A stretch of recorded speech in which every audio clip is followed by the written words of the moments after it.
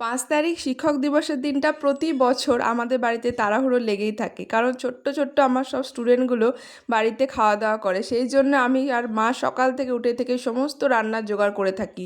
আর এবছরে আমার ছোট্ট ছোট্ট স্টুডেন্টগুলো বলেছে, দিদি তুমি রাইস করবে আর চিকেন করবে। যাই হোক, ওদের আবদার তো রাখতেই হবে, তাই সকাল থেকে আমি রান্না বান্না করাতে মা আর আমি একসাথে শুরু করে দিয়েছি। সকালবেলা উঠে আমি গিয়ে সমস্ত বাজার করে নিয়ে এসেছি, মাংস কিনে নিয়ে এসেছি, বাজার করে নিয়ে এসেছি।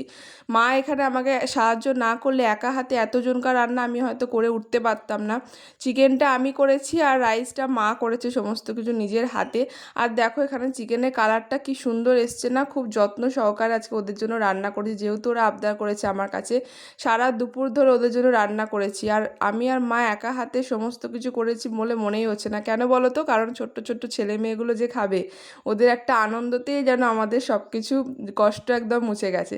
তো যাই হোক, দেখো এখানে রান্নাবান্না একদম কমপ্লিট হয়ে গেছে। তো বড় ভিডিও করেছি আমি, সেটা খুব তাড়াতাড়ি আসবে, একটু ওয়েট করো তোমরা। আর বড় ভিডিও এলে তোমরা অবশ্যই দেখো, আশা করি তোমাদের ভালো লাগবে। তো আজকের ভিডিওটা এইটুকুই। ভিডিওটা ভালো লাগলে একটা লাইক করে দিও। ওকে, বাই।